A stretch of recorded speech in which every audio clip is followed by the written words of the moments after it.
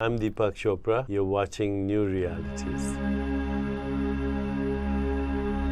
Let's look at the human mind for a second, and let's talk about the effect of the psychedelic movement on paranormal, not just on ordinary consciousness or the arts. How did it affect paranormal research?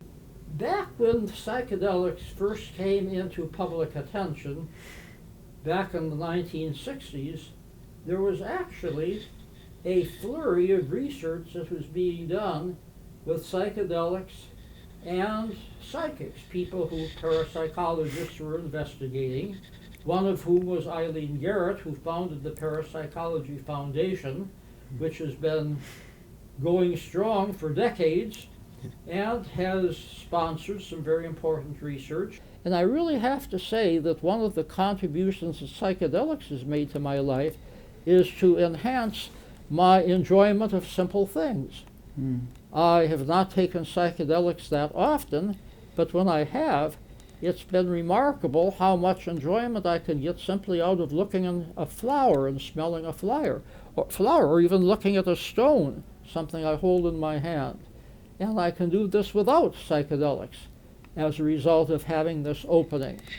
So yes. And to be honest, your work has been confined and in a sense limited by science, but if you were to create a new scientific paradigm that would include these types of experience, near death, reincarnation, we'd have to change the foundations of science, but what would that new science look like? Do you know what I mean? Well, first of all, I do not think that science has limited us. Scientists have limited us. The orthodox scientists have limited us because they have really not been open-minded enough even to consider the possibilities that we're talking about. And this has inhibited funding and research support. I think our current scientific methods are just fine. Both the experimental methods and what we call the phenomenological or experiential methods. All of the scientific methods are in place to investigate any of these phenomena, and I don't think we have to investigate new methods. I think we don't have to create new methods. I think we have to make better use of the methods that we have. And I think that instead of science being changed, scientific findings will be explained and expanded and changed. So the changes that will take place are changes in our understanding of the universe. I think that's the focus of the change. And the understandings of the human being. From a philosophical point of view, I think that the findings of parapsychology indicate that there are links among humankind that sort of belie the notion of separateness, that everybody ends with the skin ends, and that there are no connections between people once that person is out of sight. I think that if people took this seriously, we wouldn't have as many wars going on, we wouldn't have as much civil strife as going on. We'd realize there's a basic connection among all people. So science doesn't have to change, just scientists. But science is very limited in what it considers as possible. Don't you think we have to expand the boundaries of science itself to include what you've just said, a greater human being? I would say of orthodox science. Yes. I think that science is always changing. I mean, look at the science of today compared to the science of just 100 or 200 years ago. Who would have thought that Einstein's theory would have been confirmed? Who would have thought that quantum mechanics would have been confirmed? This is just within the past century and a half. 200 years ago, all of these advances would have seemed ridiculous, would have seemed impossible. And so science is always expanding, always changing. Another really important philosophical implication is that some parapsychologists have investigated children who claim to have lived in another life. And especially in India, sometimes these children are taken to the city where they say that they lived in, and they go around pointing to people now advanced in age and say, yes, you were my childhood playmate in another life, or you were my aunt in another life, and come up with details that are quite uncanny. So life might be something that continues in some way or another after bodily death. And I think this is one of the philosophical implications of what parapsychologists are doing. This doesn't by itself indicate that there is life after death, but to me the most interesting thing about this is that when people do have an experience in what they perceive as the afterlife, they come back with a report that really doesn't conform to what the mainstream religions tell us about paradise or the afterlife. It's something that's really somewhat broader and grander, even more loving than what Orthodox religion claims. So I think there are important philosophical implications. Just tell me, in your long years of research, and in a way it's been exciting for you, what's your personal conclusion about the world and humanity? What do you have to give people? If you could give them a piece of your insight about how, you've lived, you've been a pioneer, what would you like to tell people? Well, first of all, we've been talking a lot about science in the last few minutes. Yes. First thing I would say is don't depend upon science to give you all the answers. I think you can learn a lot from literature, from the humanities. You can learn a lot from art and from music. These are very valid ways of what we say inquiry. These are very valid ways of finding out about yourself and what's going on in the world. Mm-hmm. I don't think they contradict science, but I think they can supplement science.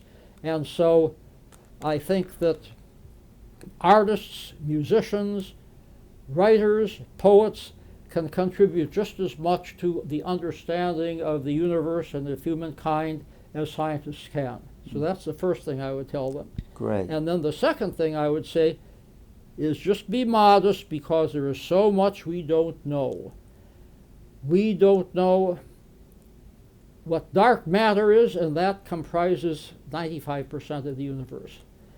We don't know what's going on in the galaxies, and there are untold numbers of stars and planets and suns that might have some form of life on them.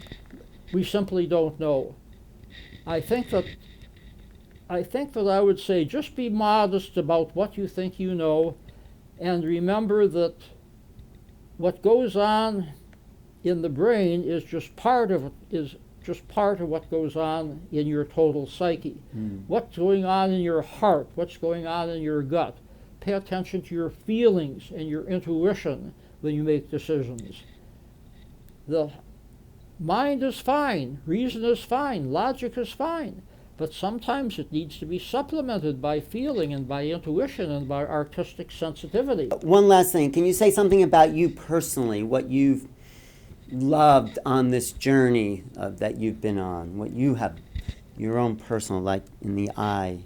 Well, I certainly love the people who have been accompanying me on the journey, both personal friends and professional friends.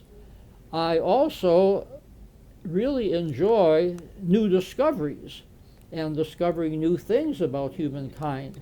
And finally, I enjoy nature in its broadest sense, the nature of what Native Americans call all our relations.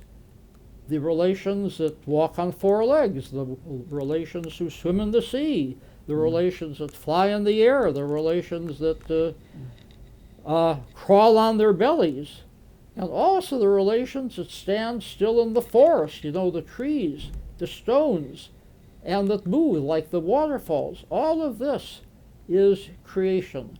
All of this, if you want to use the word God, all of this partakes in divinity, in some sort of God consciousness. So my enjoyment is pretty widespread.